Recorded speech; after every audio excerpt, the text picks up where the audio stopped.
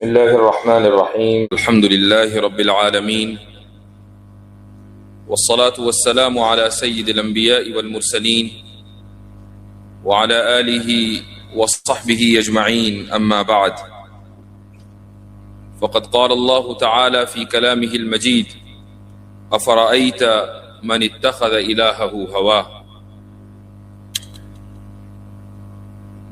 حضرات علماء کرام، آج کی اس خوبصورت مجلس کے سرپرست اور اسی طریقے سے اس خوبصورت محفل کے صدر دارالعلوم دیوبند اور دارالعلوم وقف دیوبند کے اساتذہ اور طلبہ عزیز، سب سے پہلے تو میں اللہ رب العزت کے حضور شکر کے کلمات ادا کرتا ہوں کہ اس کی توفیق سے اور محض اس کے فضل سے آج ہم یہاں ایک کتاب کی تقریب اجرا کے لیے جمع ہوئے ہیں، اور کوئی کام، کوئی واقعہ اچانک یوں ہی رونما نہیں ہو جاتا۔ اگر آپ کسی محفل کو دیکھتے ہیں سجی ہوئی، تو اس محفل کے سجنے سے پہلے کی جو تیاریاں ہوتی ہیں وہ بہت لمبی ہوتی ہیں۔ تو آج کا جو یہ پروگرام ہے، اس کو حقیقت کا روپ دینے کے لیے جن افراد نے محنت کی ہے، میں ان کا بھی شکر گزار ہوں۔ دارالکتاب دیوبند کا عملہ ہو، یا اسی طریقے سے معہد عائشہ صدیقہ قاسم العلوم للبنات کے اساتذہ کرام ہوں، یا دیگر افراد ہوں، اور ان سبھی حضرات سے پہلے وہ تمام لوگ کہ جنہوں نے تحافظ الملاحدہ کتاب کی تیاری میں میرا تعاون کیا، اس کتاب کی نظر ثانی کی، اس کتاب کو پڑھا، کئی مرتبہ پڑھا، کمپوزنگ کی، پھر اس کی تصحیح کی، وغیرہ وغیرہ، ایک لمبا مرحلہ ہے۔ ان تمام حضرات کا شکر گزار ہوں۔ یہ مجلس ماشاءاللہ ایک عالمی مجلس بن گئی۔ یہاں اس مجلس میں اس کے سرپرست حضرت مولانا قاری عبداللہ سلیم صاحب دامت برکاتہم العالیہ موجود ہیں، جو اصلاً دیوبند کے ہیں لیکن فی الحال امریکہ میں تشریف رکھتے ہیں۔ اسی طریقے سے یہ ہماری خوش قسمتی رہی کہ برطانیہ سے حضرت مولانا قاسم رشید صاحب، جو چیئرمین ہے الخیر فاؤنڈیشن کے، وہ یہاں موجود تھے۔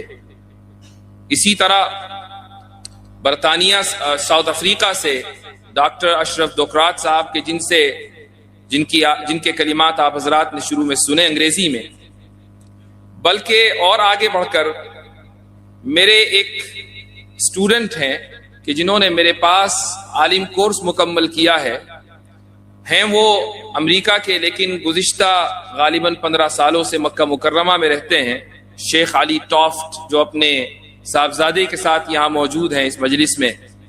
اسی طرح ایک اور صاحب جو میرے پاس اس وقت دورہ حدیث پڑھ رہے ہیں، مولوی معاذ، جو نیوزی لینڈ سے تشریف لائے ہیں۔ اور یہ بھی بتا دوں آپ کو کہ شاید میری معلومات میں وہ پہلے پائلٹ ہوں گے جو عالم بھی بنیں گے، وہ پائلٹ ہیں بائی پروفیشن۔ تو یہ تمام حضرات یہاں جمع ہیں، میرے 2 ماموں یہاں جمع ہیں ماشاء اللہ۔ تو میں شکر گزار ہوں ان تمام حضرات کا، اور شکر گزار ہوں آپ سبھی لوگوں کا جو اتنی دیر سے یہاں جمع ہوئے ہیں اور گفتگو سن رہے ہیں۔ جب لاک ڈاؤن لگا 2019 کے اواخر میں، 2020 کا عرصہ شروع ہوا، اور یہ وہ زمانہ تھا کہ جب ایک بڑی تعداد لوگوں کی گھروں میں بیکار بیٹھی تھی۔ انٹرنیٹ عام تھا، آج بھی عام ہے، اور اس وقت لوگوں کے پاس چونکہ کوئی مشغلہ نہیں تھا، تو اپنا وقت گزارنے کے لیے سوشل میڈیا کے اوپر اکثر وقت صرف کیا کرتے تھے۔ یہ جو سوشل میڈیا کا ایڈکشن پڑا ہے، یہ دراصل اسی دور کا نتیجہ ہے۔ اس کا جو سائیڈ ایفیکٹ تھا وہ یہ تھا کہ الگ الگ لوگ پروگرام کرنے لگے، ویڈیوز بنانے لگے مذاہب کے خلاف، صرف اسلام کے خلاف نہیں بلکہ مذاہب کے خلاف۔ میں ہمیشہ یہاں رک کر ایک بات بتانا چاہوں گا کہ میں ہمیشہ یہ بات کہتا ہوں کہ الحاد سے لڑائی صرف اسلام کی لڑائی نہیں ہے۔ الحاد تمام مذاہب کے خلاف، ان تمام مذاہب کے خلاف کہ جو خدا کے تصور میں یقین رکھتے ہیں، ان کے خلاف حملہ ہے۔ اور اسی لیے جو کچھ مہینوں پہلے ایک مشہور ڈیبیٹ ہوئی وجود خدا پر، اس میں آپ نے یہ محسوس کیا ہوگا کہ پوری ڈیبیٹ میں لفظ اللہ کا استعمال اس لیے نہیں کیا گیا چونکہ مسلم مناظر نے اس ملک کی تہذیب کو سامنے رکھتے ہوئے تمام مذاہب کی حساسیت کو سامنے رکھتے ہوئے اس شخص سے ڈیبیٹ کی تھی جو تمام مذاہب میں موجود تصور خدا کا انکاری تھا۔ اس ملک کی خمیر میں مذہب شامل ہے، اس ملک کی ثقافت میں مذہب شامل ہے، تو اگر کوئی شخص کھڑے ہو کر یہ کہتا ہے کہ میں خدا کو نہیں مانتا تو وہ دراصل اس مذہب، اس ملک کی تہذیب اور ثقافت کا بھی منکر ہے، وہ صرف مذہب کا منکر نہیں ہے۔ تو وہ جو دور تھا اس وقت یہ ہوا کہ بہت سے لوگ بیکار بیٹھے تھے اور ویڈیوز دیکھنے لگے، مذاہب کے خلاف بننے والی سٹریمز دیکھنے لگے، اور ایسا محسوس ہوا کہ مسلم نوجوانوں کی اچھی خاصی ایک تعداد بھی اس سیلاب میں بہہ رہی ہے، اور خدا کے تعلق سے، رسول کے تعلق سے صلی اللہ علیہ وسلم، رسالت اور حدیث کے تعلق سے، قرآن کی آیات کے تعلق سے وہ شکوک و شبہات کا شکار ہے۔ جب یہ محسوس ہوا تو میں نے بھی کچھ اس تعلق سے کوششیں شروع کی، اور فتنہ جہاں سے آتا ہے، جس راستے سے آتا ہے، فتنے کا سدباب بھی اسی طریقے سے ہونا چاہیے۔ سوشل میڈیا کا سہارا لیا گیا اور اس تعلق سے ویڈیوز بنائی گئیں، لیکن ہمیشہ یہ خیال آتا تھا کہ میں اکیلا یا دو چار لوگ اور ہوں گے، یہ کام کب تک کروں گا؟ اس لیے ایسے افراد کی ٹیم تیار ہونی چاہیے کہ جن تک ہم اپنی معلومات کو آگے پہنچائیں اور پھر وہ اس معلومات کو اگلی نسل تک لے کر جائیں۔ علم اسی طریقے سے محفوظ ہوتا ہے۔ تو اگر اللہ سبحانہ و تعالیٰ نے دو چار کلمات کی مجھے توفیق دی ہے تو میرے ذہن میں ہمیشہ یہ تھا کہ ایسے افراد تیار ہوں، ان کو پڑھایا جائے، رد الحاد کے موضوع پر، ارتداد کے موضوع پر، لبرلزم کے موضوع پر، فیمنزم کے موضوع پر، ٹرانسجنڈرزم ہو، سائنٹزم ہو، جتنے بھی موضوعات ہیں، ان موضوعات کے اوپر ان افراد کی ایک ٹیم کو تیار کر دیا جائے۔ 2020 میں یہ سلسلہ شروع ہوا اور 2023 میں یہ سلسلہ ختم ہوا۔ ارادہ یہ تھا کہ 2 سال کا یہ کورس ہوگا، لیکن 3 سال تک چلا۔ ہفتے میں سنیچر کے دن یہ کلاس ہوتی تھی، 2 سے 3 گھنٹہ گفتگو ہوتی تھی، اور اس کے بعد اس درس کو قلم بند کر لیا جاتا تھا۔ پھر 2023 میں جب یہ سلسلہ ختم ہوا تو اس کے بعد پھر میں نے نظر ثانی کا سلسلہ شروع کیا، اور کافی حذف و اضافے کے بعد آج الحمدللہ 2026 میں تحفۃ الملاحدہ آپ حضرات کے سامنے 6 جلدوں میں موجود ہے۔ اس کورس سے نکلنے والا ایک نام بڑا مشہور ہوا، اور یہ نام تھا مفتی شمائل عبداللہ ندوی کا۔ میرے بہت قریبی ہیں، اور مجھے افسوس ہے کہ آج کی اس نشست میں وہ موجود نہیں ہیں۔ ان کی بھی یہ خواہش تھی، اور ابھی جب یہ پروگرام شروع ہوا ہو سکتا ہے کہ وہ ہمیں دیکھ بھی رہے ہوں، وہ مجھے میسج بھیجا انہوں نے اور کہا کہ بھئی میری سند کہاں ہے؟ تو میں سمجھتا ہوں کہ ان کی سند ان کی طرف سے میں خود وصول کر لیتا ہوں انشاءاللہ تعالی۔ لیکن اس کورس سے نکلنے والے مفتی شمائل ایک نہیں ہے، 110 کے قریب مفتی شمائل یہاں موجود ہیں، اور تقریباً جب یہ کورس ہم نے شروع کیا تھا تو اس وقت 600 سے زائد افراد نے اس سلسلے کو شروع کیا، اور اس وقت مجھے اندازہ تھا کہ تقریباً 30% 40% حضرات باقی رہیں گے، لیکن الحمدللہ تقریباً 250-300 افراد ایسے ہیں کہ جنہوں نے اس کورس کو مکمل کیا۔ ان میں سے ایک بڑی تعداد یہاں موجود ہے، اس ملک میں موجود ہے، اور ایک تعداد دوسرے ممالک میں موجود ہے۔ یوں اس کتاب کے لکھے جانے کا کہ یہ سفر کی مختصر سی روداد ہے۔ پھر ایک واقعہ اور بھی ذہن میں آیا، وہ بھی میں بتاتا چلوں۔ غالباً 2021 کی بات تھی یا 22 کی، ایک کانفرنس میں جارڈن جانا ہوا۔ اس کانفرنس میں ہندوستان سے جمعیت علماء ہند کے ایک وفد نے بھی شرکت کی تھی۔ اس وقت حضرت مولانا سید محمود مدنی وہاں موجود تھے، اور اس وفد میں حضرت مولانا مفتی سلمان منصور پوری دامت برکاتہم بھی موجود تھے۔ اتفاق یہ ہے کہ حالانکہ وہ اسی شہر سے تعلق رکھتے ہیں، لیکن چونکہ ایک عرصے سے مراد آباد میں پڑھا رہے تھے، پھر اس کے بعد دیوبند آئے۔ میں چونکہ دیوبند میں نہیں رہتا تو اس لیے ان سے پہلی مرتبہ میری ملاقات جارڈن میں ہوئی۔ اور یہ چند سال پہلے کی بات ہے. تو انہوں نے کچھ حوصلہ افزائی کے کلمات کہے. وہ جگہ بھی مجھے یاد ہے، جارڈن کے امیر غازی کے گھر پہ دعوت تھی اور وہاں ہم لوگ بیٹھے ہوئے تھے. تو انہوں نے مجھ سے کچھ حوصلہ افزائی کے کلمات کہے. تو میں نے موقع غنیمت جان کر ان سے عرض کیا کہ اس موضوع پر آپ حضرات کو کچھ کتابیں لکھوا کر مدارس کے نصاب میں شامل کرنی چاہیے. مفتی سلمان صاحب نے ایک بات کہی. وہ کہنے لگے کہ ایسے نہیں، کتاب لکھ کر دو. تو میں نے عرض کیا کہ ٹھیک ہے، یہ وعدہ رہا، انشاءاللہ پھر کتاب لکھ کر دیں گے.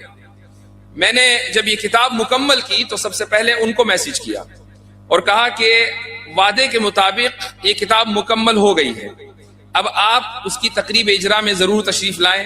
لیکن مفتی صاحب چونکہ پہلے سے کہیں اور تاریخ دے چکے تھے تو یہ میرے لیے افسوس کا مقام ہے اور یہ ہماری محرومی ہے کہ وہ یہاں تشریف نہ لا سکے. لیکن یہ ترغیبی کلمات تھے، یہ حوصلہ افزائی کے کلمات تھے کہ جن کی وجہ سے ایک انسان کو حوصلہ ملتا ہے چھوٹے موٹے یا بڑے کام کرنے کا. تو اللہ تعالیٰ نے ان تمام حضرات کو سبب بنایا تحافظ الملاحدہ کتاب کے معرض وجود میں آنے کا. جہاں تک اس کتاب کی وجہ تسمیہ کا تعلق ہے، کئی لوگوں نے مجھ سے یہ سوال کیا کہ کتاب اردو میں ہے، نام آپ نے عربی میں وہ بھی اتنا ثقیل رکھا ہے، تحافظ الملاحدہ آخر کیا وجہ ہے؟ اس کی وجہ یہ ہے کہ آج سے 1000 سال پہلے تقریباً امام غزالی رحمۃ اللہ علیہ نے ایک معرکۃ الآراء کام کیا تھا. ایک عظیم الشان کارنامہ انہوں نے انجام دیا. وہ کارنامہ یہ تھا کہ انہوں نے فلاسفہ کے اصولوں کو اس طریقے سے رد کیا کہ ان کی بات میں کہیں بھی معذرت خواہی کا رویہ نہیں تھا. وہ بڑے ہی زبردست انداز سے فلاسفہ کے اوپر حملہ آور ہوئے اور ان کے اصولوں کو انہوں نے تہس نہس کر دیا. اس کتاب میں تحافظ الفلاسفہ نامی کتاب میں انہوں نے وہ تمام کی تمام باتیں لکھی ہیں کہ جس سے یونان کا فلسفہ ہمیشہ کے لیے ڈھیر ہو گیا. اس میں انہوں نے ایک بات لکھی ہے اور وہ میں آپ حضرات کے سامنے رکھنا چاہوں گا. مجھے معلوم ہے اور اس کا اندازہ ہے کہ رات بہت ہو چکی ہے اور اتنی دیر سے آپ حضرات سن رہے ہیں، اور اگر کوئی بات ذرا ثقیل انداز کی ذکر کی جائے تو اس کے لیے یہ بھی ضروری ہے کہ ذہن حاضر ہو، فریش ہو. اور مجھے ایسا لگتا ہے کہ آنکھیں تو کھلی ہوئی ہیں، ہو سکتا ہے کہ کچھ لوگوں کا ذہن سو چکا ہو، اس لیے میں مختصر عرض کروں گا. امام غزالی رحمہ اللہ نے ایک بات لکھی ہے کہ علت اور معلول کے درمیان جو تعلق ہے وہ لزوم کا نہیں ہے، وہ عادت کا ہے. اس کا مطلب یہ ہے کہ اگر آگ جلے گی تو یہ ضروری نہیں ہے کہ وہ کسی چیز کو جلائے. یہ بھی ممکن ہے کہ آگ جلے اور اس کے باوجود بھی جو چیز اس کے اوپر رکھی ہے وہ نہ جل سکے. مثلا حضرت ابراہیم علیہ السلام کو آگ میں ڈالا گیا، آگ موجود تھی لیکن حضرت ابراہیم علیہ السلام کو آگ جلا نہ سکی. علت اور معلول کے درمیان یہ تعلق ہے، یہ تعلق ایسا ہے کہ اللہ سبحانہ و تعالیٰ کی عادت کے اوپر مبنی ہے. اللہ چاہے گا تو آگ جلے گی اور جلائے گی، اور اللہ چاہے گا تو آگ جلتی رہے گی لیکن کسی کو جلا نہیں پائے گی. یہ جو بات امام غزالی رحمہ اللہ نے کہی ہے اس پر بڑا سخت نقد ہوا. ابن رشد نے تحافظ التحافظ نامی کتاب لکھی اور یہ کہا کہ اگر اس اصول کو قبول کر لیا جائے تو ہم کبھی بھی سائنسی بنیادوں پر آگے یا مستقبل کی پیش گوئی نہیں کر سکیں گے، بلکہ لوگوں کے دلوں سے تحقیق کا مادہ ختم ہو جائے گا. لوگ یہ سمجھیں گے کہ بھئی جب علت اور معلول، کاز اور ایفیکٹ کے درمیان کوئی تعلق ہی نہیں ہے اور سب کچھ اللہ کی مرضی کے اوپر مبنی ہے تو ہم یہ کیسے فیصلہ کریں گے کہ اگر میں کل آگ جلاؤں گا تو وہ کسی کو جلائے گی یا نہیں، میں پانی پیوں گا تو میری پیاس بجھے گی یا نہیں. ہم یہ کبھی فیصلہ کر ہی نہیں پائیں گے کہ میں بال پھینکوں گا تو واپس آئے گی یا نہیں، اگر میں کسی کو ماروں گا تو سامنے والے کو درد محسوس ہوگا یا نہیں. اگر ہم یہ کبھی بھی تعلق ضروری طور پر علت اور معلول کے درمیان قائم نہیں کر پائیں گے تو کبھی بھی سائنسی تحقیق آگے نہیں بڑھے گی. ابن رشد نے یہ بات امام غزالی رحمہ اللہ کی کتاب کے جواب میں لکھی ہے. لیکن امام غزالی رحمہ اللہ کی پوری بات کی جو بنیاد ہے وہ یہ ہے کہ ہم جب علت اور معلول کا مشاہدہ کرتے ہیں کہ آگ جلی اور اس نے کسی کو جلایا تو ہمیں صرف یہ پتا چلتا ہے کہ یہ دو الگ الگ واقعات ایک ساتھ رونما ہوئے ہیں. ہمیں اس کا مشاہدہ نہیں ہوتا کہ پہلا واقعہ دوسرے واقعے کی علت اور وجہ ہے. علت اور وجہ کا آپ کبھی بھی مشاہدہ نہیں کر سکتے. آپ نے پانی پیا اور آپ کی پیاس بجھ گئی. پیاس بجھنا ایک واقعہ ہے اور پانی پینا دوسرا واقعہ ہے. یہ دونوں واقعے پے در پہ ہوئے ہیں, اس کا مشاہدہ ہے. لیکن یہ کیسے ثابت ہوا کہ پانی پینے سے ہی پیاس بجھی ہے؟ سوائے اس کے کہ ہم دنیا میں بہت سے لوگوں کو یہ دیکھتے آئے ہیں کہ جب وہ پانی پیتے ہیں تو پیاس بجھ جاتی ہے. لیکن اس بات کا بھی تو امکان ہے کہ کوئی شخص پانی پیے اور اللہ کی مرضی ہو کو اس کی پیاس نہ بجھے. اگر اللہ کی مرضی ہے تو چاہے آپ کتنا ہی پانی پیتے رہیں, پیاس بجھے گی نہیں. یہ ہے امام غزالی رحمت اللہ علیہ کا علت و معلول کا فلسفہ.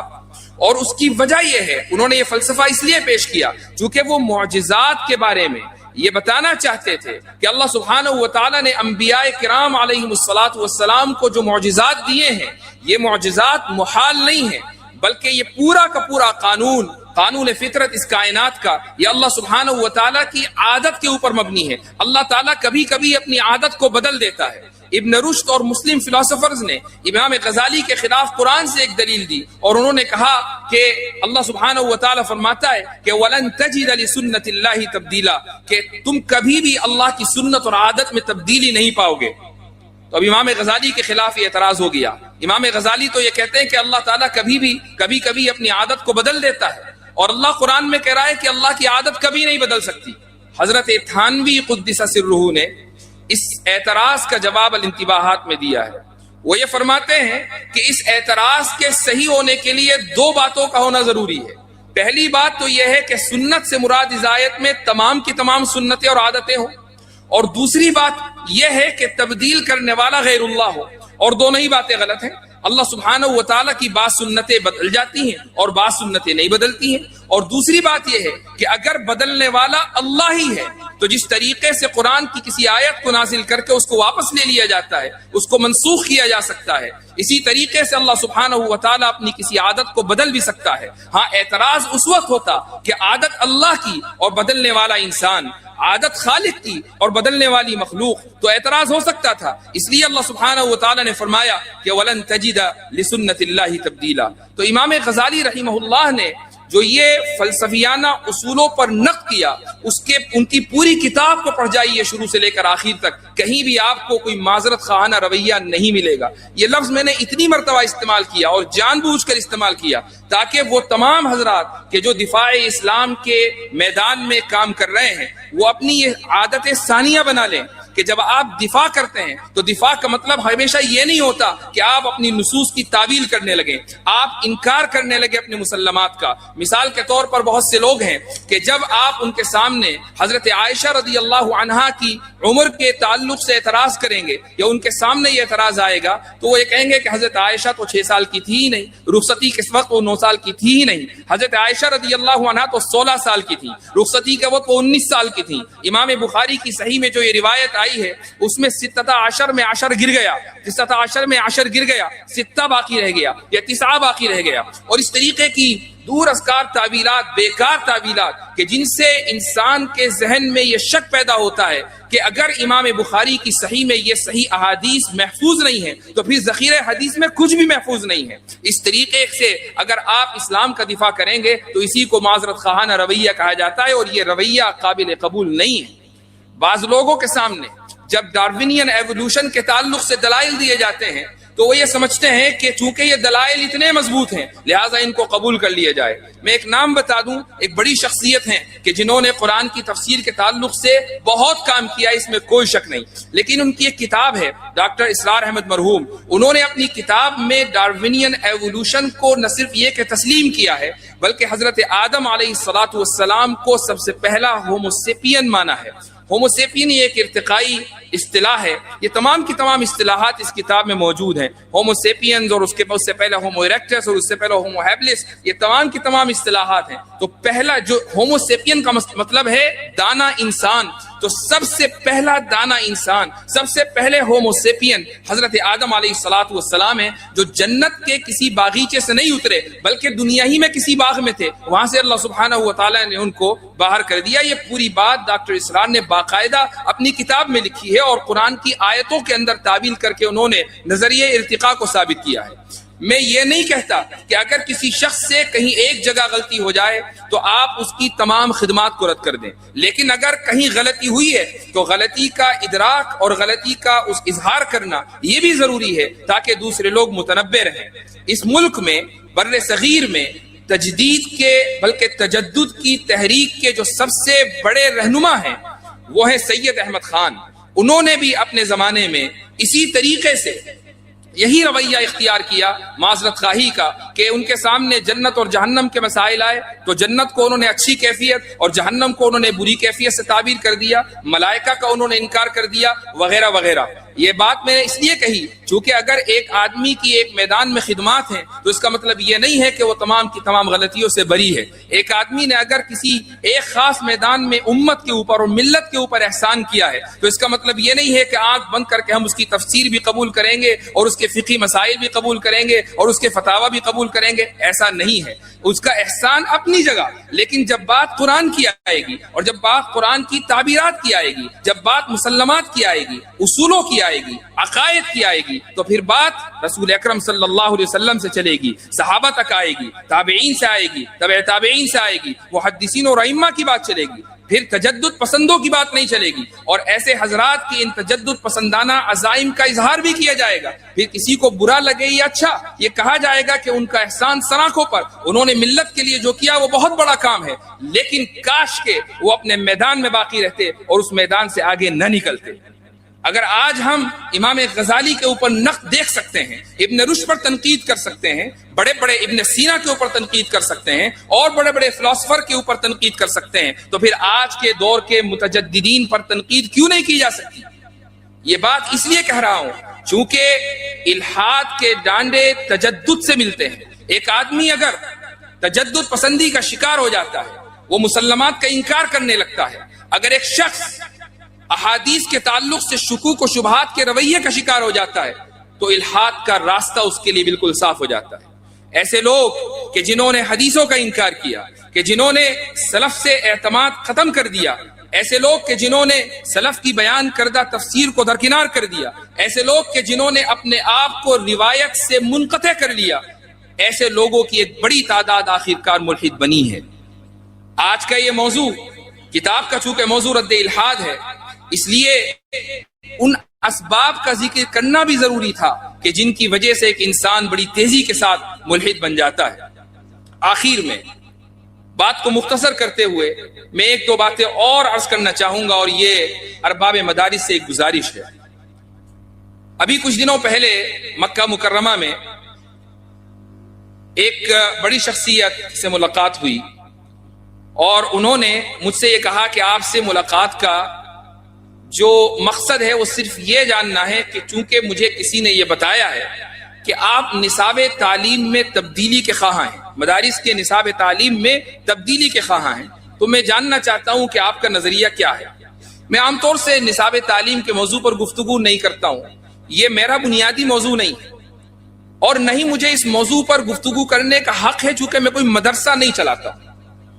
لیکن میں نے ان صاحب سے یہ کہا کہ چونکہ آپ نے مجھ سے یہ سوال کیا ہے تو میں یہ ضرور کہوں گا کہ میں مدارس کے نصاب میں تبدیلی یعنی موجودہ کتابوں کو بدلنے کا حقدار نہیں ہوں، روادار نہیں ہوں، بلکہ میں چاہتا ہوں کہ ان کتابوں کو اپنی جگہ رکھ کر نئی کتابوں کا، مزید کتابوں کا اضافہ کیا جائے، اور یہ کتابیں وہ ہوں کہ جن کو ہمارے اسلاف نے پڑھا تھا۔ ہم جب یہ کہتے ہیں کہ درس نظامی سے حضرت نانوتوی نکلے، درس نظامی سے حضرت تھانوی نکلے، درس نظامی سے حضرت مدنی نکلے، درس نظامی سے علامہ کشمیری نکلے، تو بھائی وہ درس نظامی کون سا درس نظامی تھا کہ جن سے یہ اکابر نکلے؟ کیا وہی درس نظامی ہم اور آپ پڑھتے ہیں، یا اس میں اتنی تبدیلی ہو چکی ہے کہ وہ اتنا لائٹ ورژن اس کا بن چکا؟ وہ تو پرو میکس تھا، وہ پرو میکس تھا جس کو یہ حضرات پڑھ رہے تھے۔ ہم جس درس نظامی کو پڑھتے ہیں وہ بہت لائٹ ورژن ہے۔ یہی وجہ ہے کہ نہ آج ہمیں حضرت تھانوی نظر آتے، نہ حضرت مدنی نظر آتے، نہ ہماری صفوں میں ہمیں ایسا کوئی لگتا کہ آگے چل کر وہ علامہ کشمیری بن جائے گا۔ دعا ہے کہ اللہ سبحانہ و تعالیٰ اسی مجمع سے ایسے افراد کھڑے کر دے، لیکن اسباب کے درجے میں ہمیں نصاب میں ان کتابوں کو واپس لانا ہوگا کہ جن کو مشکل سمجھ کر ہم نے دیس نکالا دیا ہے۔ تو پہلی گزارش تو ارباب مدارس کی خدمت میں یہ ہے، اور دوسری گزارش یہ ہے کہ جیسے پڑوسی ملک میں اور دنیا کے بہت سے ممالک میں مدارس میں یہ رواج رہا ہے اور گزشتہ کئی سالوں سے ہے، بلکہ حضرت مولانا احمد علی لاہوری رحمۃ اللہ علیہ کے زمانے سے، تقسیم ملک سے پہلے سے پاکستان میں لاہور میں یہ طریقہ رہا کہ دیوبند سے، ندوے سے اور دیگر مدارس سے لوگ دورہ حدیث مکمل کر کے لاہور حضرت مولانا احمد علی لاہوری کے پاس جاتے تھے اور دورہ تفسیر کیا کرتے تھے۔ حضرت مولانا ابو الحسن علی ندوی رحمۃ اللہ علیہ وہاں تشریف لے گئے، اور بھی بہت سے بڑے بڑے حضرات وہاں تشریف لے گئے۔ اس ملک میں ابھی بھی یہ رواج ہے کہ مختلف موضوعات پر دورہ کرایا جاتا ہے، کہیں دورہ عقائد ہے تو کہیں دورہ تفسیر ہے تو کہیں دورہ فقہ ہے وغیرہ وغیرہ۔ اس ملک میں بھی مدارس میں کم سے کم دورہ علم کلام یا دورہ عقائد کا رواج ہونا چاہیے کہ جب امتحان سے تمام طلبہ فارغ ہو جائیں دورے کے امتحان سے، تو دیوبند جیسی مرکزی جگہ میں یا گجرات میں یا کسی بھی مدرسے میں کہ جہاں گنجائش ہو، وہاں دورہ علم کلام کا انعقاد ہونا چاہیے، اور وہ تمام علماء و فضلاء و طلبہ کہ جن کو اس موضوع سے دلچسپی ہے وہ 10-12 دن 15 دن ایسے علماء کی خدمت میں بیٹھیں، ایسے علماء کی صحبت میں وقت گزاریں کہ جن کی صحبت کے نتیجے میں علم کلام کے بنیادی مسائل سے وہ واقف ہو سکیں۔ اگر یہ سلسلہ یہاں سے شروع ہو جائے گا تو تبھی آپ کو ایسے افراد مہیا ہوں گے کہ جو ملحدین کے سامنے ڈٹ کر کھڑے ہوں گے۔ اگر یہ سلسلہ شروع ہو جائے تبھی آپ کو ایسے افراد مہیا ہوں گے کہ جو نوجوانوں کے شکوک و شبہات کا عقلی انداز میں جواب دے سکیں گے۔ آج کا جو مسئلہ ہے وہ یہ نہیں ہے کہ دنیا میں الحاد بڑی تیزی سے پھیل رہا ہے۔ میں ہمیشہ یہ کہتا ہوں کہ فتنے کو بڑھا چڑھا کر پیش نہ کیا جائے۔ الحاد پھیل رہا ہے، اس میں کوئی شک کی گنجائش نہیں ہے، لیکن الحاد کا سب سے زیادہ نقصان مسلمانوں کو نہیں ہے، الحاد کا سب سے زیادہ نقصان عیسائیوں کو ہے۔ عیسائیوں میں سب سے زیادہ ملحد بنے ہیں، ہمیں مسلمانوں میں اتنے ملحد نہیں ہیں۔ لیکن ہمارا جو سب سے بڑا مسئلہ ہے وہ یہ ہے کہ نوجوان اس وقت سوشل میڈیا کے نتیجے میں، سوشل میڈیا کی بہت سی ویڈیوز کے نتیجے میں دین کے تعلق سے، قرآن کی آیات کے تعلق سے اور احادیث کے تعلق سے شکوک اور شبہات کا شکار ہو چکے ہیں۔ انہیں ذہن میں کبھی کبھی کوئی شبہ آتا ہے، اس شبہے کا جواب دینے والا نہیں، کوئی اعتراض آتا ہے تو اعتراض کا جواب دینے والا نہیں۔ اس لیے ضروری ہے کہ علماء کی ایک تعداد ایسی ہو کہ جو ان شکوک و شبہات کے اوپر اور ان کے جوابات کے اوپر مہارت رکھتی ہو۔ حضرت تھانوی رحمۃ اللہ علیہ نے الانتباہات المفیدہ لکھنے کا ارادہ جب کیا تو اس کی روداد میں شروع میں لکھا ہے کہ حضرت تھانوی نے یہ پلان بنایا کہ میرے جتنے رفقا ہیں میں ان کو یہ ذمہ داری دے دوں کہ جو اعتراضات اس وقت لوگوں کے ذہن میں ہیں ان کی ایک لسٹ مرتب کر دی جائے، اور ایک لمبی چوڑی لسٹ جب آ جائے تو اس کے بعد ان کا جواب لکھا جائے۔ حضرت تھانوی رحمۃ اللہ علیہ اس انتظار میں تھے یہاں تک کہ ان کا سفر علی گڑھ کا ہوا، اور علی گڑھ میں ان کو تقریر کے لیے وہاں کی مسجد میں دعوت دی گئی، اور حضرت تھانوی رحمہ اللہ نے ایک عظیم الشان تقریر کی جس کا خلاصہ انتباہات مفیدہ کے شروع میں ہے۔ لیکن حضرت نے اس موقع پر یہ ارشاد فرمایا کہ میں اگرچہ اس انتظار میں تھا کہ اعتراضات کی لسٹ آ جائے، لیکن جب وہ آئے گی میں سمجھتا ہوں کہ جتنے بھی اعتراضات فی الحال موجود ہیں انہی کو سامنے رکھ کر اصولی طور پر ان کا جواب دے دیا جائے۔ اس لیے میں نے جب یہ بات انتباہات میں پڑھی اور اس کے بعد پھر تحافظ الملاحدہ کا یہ کورس پڑھانا شروع کیا تو ذہن میں یہ بات آئی، اور یہ من جانب اللہ آئی، اور تحدیث من نعمت کے طور پر یہ کہنا چاہوں گا کہ 1835 میں 1935 میں حضرت تھانوی رحمہ اللہ کا یہ سفر ہوا تھا علی گڑھ کا، اور حضرت تھانوی نے کتاب مرتب کر دی، جو بھی اعتراضات اس وقت موجود تھے وہ سامنے آ گئے۔ لیکن اس کے بعد میں یہ دیکھتا ہوں کہ اگر اعتراضات خصوصاً ہمارے حلقے میں ان اعتراضات کا کہ جواب دینے کی کبھی کوشش کی گئی تو انہی اعتراضات پر انحصار کیا گیا جو پہلے سے متداول چلے آ رہے تھے۔ جس لسٹ کی تمنا حضرت تھانوی رحمہ اللہ کے ذہن میں تھی وہ لسٹ کبھی ان کی زندگی میں میسر نہ آ سکی۔ وقت گزرتا گیا یہاں تک کہ 2026 آ گیا، اور تحافظ الملاحدہ میں آپ کو اعتراضات کی ایک لمبی چوڑی لسٹ مل جائے گی کہ جن کے جوابات دینے کی اس ناچیز نے کوشش کی ہے۔ یہ دراصل اکابر کے علوم کا صدقہ ہے، یہ اللہ تعالیٰ کا فضل ہے کہ وہ جس سے چاہے کام لے لے، ذالک فضل اللہ یؤتیہ من یشاء۔ تو اللہ سبحانہ و تعالیٰ کا یہ فضل اور بے پایا انعام ہے کہ جو کام ایک عرصے سے رکا ہوا تھا اس میں کچھ حرکت آئی ہے۔ لیکن جیسا کہ ایک ہمارے استاد نے اس کو ذکر کیا کہ یہ کوئی آخری کام نہیں ہے، کام مکمل نہیں ہوا ہے، ایک راہ ملی ہے مجھے بھی اور آپ کو بھی، اور راہ بڑی طویل ہے۔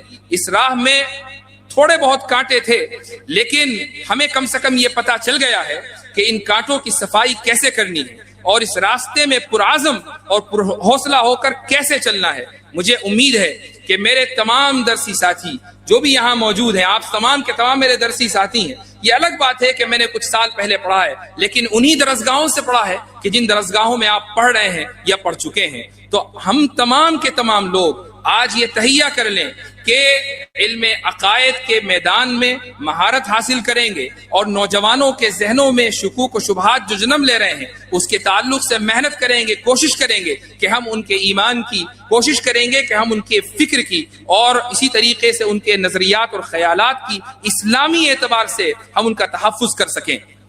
تو آج کی جو یہ نشست ہے گو کہ ایک کتاب کی تقریب اجرا ہے، لیکن دراصل یہ ایک وعدے کا اعادہ ہے، اور وہ وعدہ یہ ہے کہ جو کام ہمارے اسلاف نے چھوڑا تھا اور اس امید پر چھوڑا تھا کہ آگے آنے والے نسلیں اس کام کو آگے بڑھائیں گی، اور کہیں بیچ میں انقطاع ہو گیا تھا، اس سلسلے کو باقی رکھنا ہے، اس سلسلے کو آگے بڑھانا ہے اور اس طریقے سے بڑھانا ہے کہ وہ سلسلہ کبھی ٹوٹ نہ پائے۔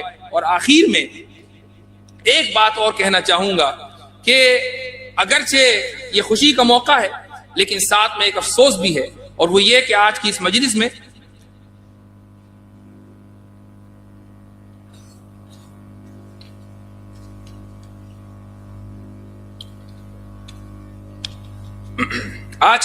میں والد صاحب موجود نہیں ہیں، فرحمہ اللہ رحمۃ واسعہ۔